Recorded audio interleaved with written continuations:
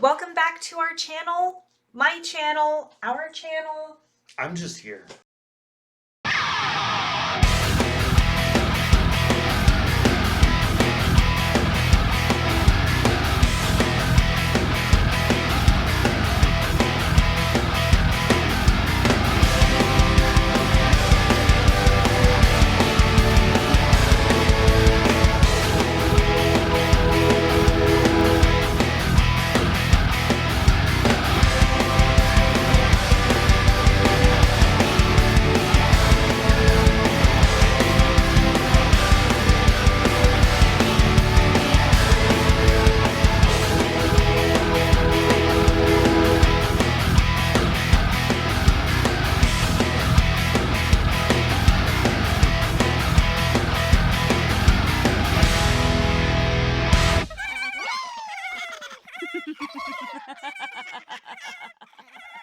Guys, it's so good to see you. It's a new year. We're going to be posting more regularly. What had happened was the October episode, the Halloween episode specifically, got lost into the ether, and I had a moment of flip the table, walk away. So, having had a break and some time to breathe, I am really looking forward to doing more Glisca episodes. Remember to like, share, comment, all that groovy stuff that feeds the algorithm. And if you haven't already, please subscribe. But we decided to start things off because we lost that October episode. We're not going to try to redo the whole thing because it was a great episode. And instead, we're going to recap. Yay! I know, that's exciting. So I'm going to hand things off to my DM. He's going to recap things, and then we'll discuss some stuff. After clearing the main chamber, it was kind of honeycombed, so they just picked a direction, started following it down. Before long, even in the gloom, they heard noises and voices. The voices that they follow, they see three armored, gaunt figures harassing a tied-up Bosk. They face off against these armored figures, defeat two of them. Yeah, because there was one in the middle who was talking, and it was like this big open chamber type underground chasm. And there was, I think, a female figure who was speaking, and then there were the other two. And the other two get defeated. The third escapes, leaving the tied up Bosk on the floor. Glisca goes and tries to taunt Bosk, finding out that Bosk is an illusion. Reaches through, pulls a hat off of Bosk's head, leaving behind a shadow fae. For those of you who don't know, think an elf with horns. The elf reintroduces herself as Ilmara, and after some negotiating, they find out that she's there and she's trying to keep the ghoul empire from finding the Shadow Road to make it into Black Bog. So that is the bare bones summary of the game. There was so much that happened, so many interactions, getting to know the different characters, Delvin getting to shine a little bit, Glisca having to kind of get to know her ex because it did a really cool thing and she went to do it again, and it kind of went yeah, it didn't work. So there's what's going on with the axe now, and her new companions, what's going on with them. And then of course Bosk was kind of her red herring antagonist this whole time, and come to find out it was actually being done with noble intentions, but because they're fae, it was, well, yeah, of course people were going to get hurt along the way, but they're fine. See, it was all for a good reason. And I think there was like a path leading further down from the chasm that they weren't. I say chasm from this big It's chamber. a cavern, yeah. Yeah, cavern. There's That's the the word. This big cavern, and it was all of them, looking at each other and are we really all going to do this? Because you have the performers who they have no stake in this. They could just turn around and leave. Then you have his name begins with an R. Radovid, who is going to leave and travel to the capital, and then Delvin, who knows he's in over his head. And all of us just... In this moment, we don't know where Radovid is. Yeah. He said that he was going to go to the capital, then he said he wanted to come with, and then it was, well, I don't want to stay in this town anyway, so I could just travel with this group independently, not joining their little team, and travel to the capital as well. So, because there was like some kind of big competition that was going to be happening that she was interested in. Yep.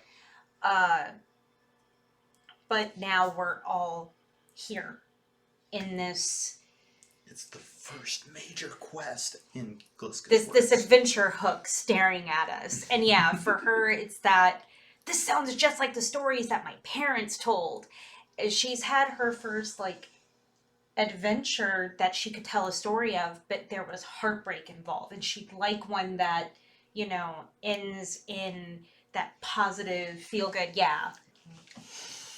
Anyway, she's excited. Undead are one of those things that kind of creep her out, but at the same time, that's like a staple in heroics. And because she doesn't like to kill or harm, honestly, like when you get in a fighting arena, it is two individuals who have agreed to pummel each other. That is fine, But the idea of having to, like, the hag issue, that was really super complicated. She didn't like that. And it made her feel bad. But undead are very straightforward. In her opinion, we as players know that there can be gray areas there too.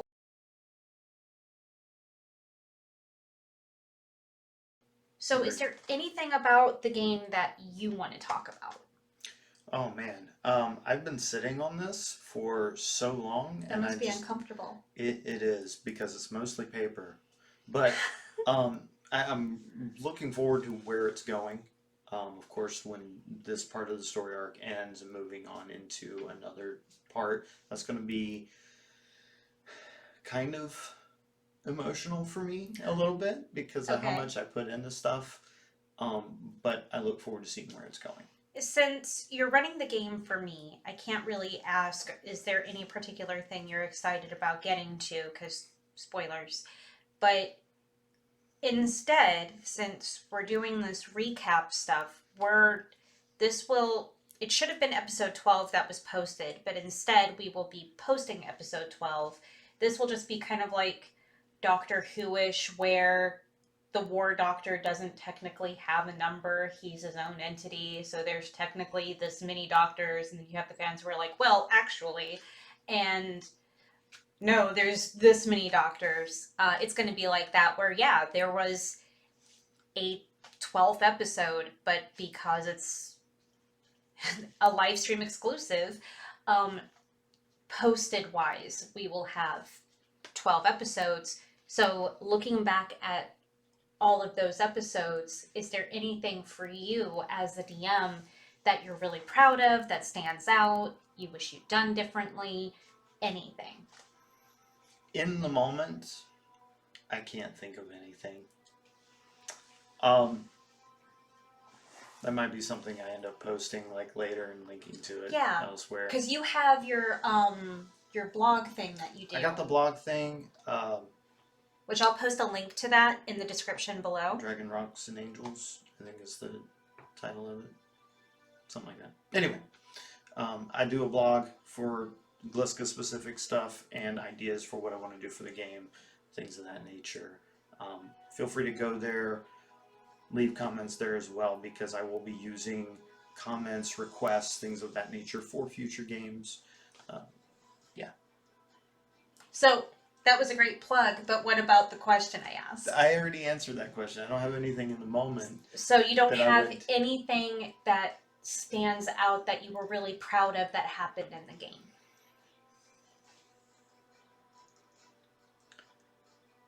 If I had to pick something, it's the emotion that comes out of when I introduce a homebrew rule. In the live action thing, I did a swarm of ghouls that really fit the intensity of the moment I felt. Yeah. And seemed to get the reaction I was looking for in the imagery of things just pouring out of the woodwork and coming at you. Very uh, um, Vampire Hunter D Bloodlust, where it's all of the zombies. Yeah. That's exactly what I imagined too, was just that kind of swarm. Yeah, definitely going for that kind of feel, that kind of vibe. Yeah. And it came across that way. And then when you got introduced to the three armored, they are ghouls. You could see it in the face. They had the elongated mouth once they stopped talking. It had that horror aspect of body deformity, that uncanny valley, which is really hard to get when you're doing a mind's eye theater kind of game like this, and without the images to go, here's what you see, and describing it is where it is. You've gotten such good feedback on your descriptions and those homebrew rules. So I think that that's a testament to you and how you run game. For you as a DM, is there anything that I as a player could improve on? Ooh. Character ability understanding. Okay, so taking more time to understand what they do. Right. What what the effects are. Especially when I started. That was another thing that got introduced was Fury, as it's a homebrew bit, especially on a solo campaign. The Barbarian, when they hit, start building Fury, and then they can expend Fury to do extra damage or an extra Which I thought that was a nice touch. or something like that. Yeah. In this case, especially in a combat when you've got hordes of ghouls coming at you, I thought it was the time to introduce that. Yeah. But and yeah. What you were saying about getting to know my character stuff more, there is a huge difference between me asking questions, because we always talked about, there's a difference between what we talked about doing, where we always wanted this game to not just be us entertaining by telling a story and playing it out, but we also wanted to educate. But I do understand that there's a difference between teachable moments and me genuinely just looking over my character sheet going, So, and when you introduce homebrew stuff, my brain has to recalibrate, like, oh, okay, this is how it usually goes. So now I have to change everything, and if one small thing changes, my brain thinks everything needs to change. But that's something we've talked about, so you understand that that's how I work. Yep. Talk to your DM. They want you to succeed. Or if they're a good DM, they want you to do well. So, because it's not a DM versus player. And that's something that you'll see a lot in games, is it's the dungeon master, the storyteller, the game master, whatever, and the players working together to create a story. Yeah, because everyone should be having a good time, including you, the DM. So, with that said, are you, the DM, having a good time? I am having a great time. Good. Audience, with all of these episodes we've posted, are you having a good time? Comment on what gives, what part you're having a good time. Yeah, I asked you, what's been your favorite part of the Glisca game? What's something that you've enjoyed seeing her do? How many of you watched the very first live stream with a Glisca game where it was the one shot that went for 2 nights? Yep. Anybody remember that one with the dog and the very angry angel? Very angry angel. I had actually hoped you were going to continue that game, and that be what we did for the extension of Glisca, but I also appreciate that being its own. That was for hitting 100,000. This is for that group that watched, which made it special. For those of you out there who are Critical Role fans, and spoiler alert if you haven't. Wait, this is your chance. Spoilers, go. Okay, season 3 begins with a character played by Travis Willingham, who was a returning character from a previous one-shot, which ended up being a 2-shot campaign. Originally, the character was 18th level because it was a concept character that he put together to play. In the new campaign, the character's 5th level. Level does not define your character. It defines what they're able to do in that particular moment. You mind if I talk about a different system just real quick? If you have not played Scion, think Percy Jackson and the Lightning Thief. That kind of game where you play a demigod. Part of the story of that gaming system is that the gods break down their power to a minimal level so that they can walk among mortals for a little while. And that's kind of how that same concept can work in a game. If you've got a favorite character who's level 20, but you miss just being street level, bust them down to 5 or 6. You know, they're retired, they put all their stuff in a vault somewhere, and they're visiting family in another country, whatever have you. The point is to have fun. And if you can have fun with that high-level character who's just out chilling in a pair of board shorts and a t-shirt, great. Do that. You mentioning Scion, those were some of my favorite games to run and play. World of Darkness in general, though, because it has such a rich thing to it. I should eventually run a World of Darkness game and post it. Comment below if you would watch a World of Darkness game run by Hythrall. I would get in full goth attire. Comment below if you would like to be in a World of Darkness game run by Hythrall. Hold up.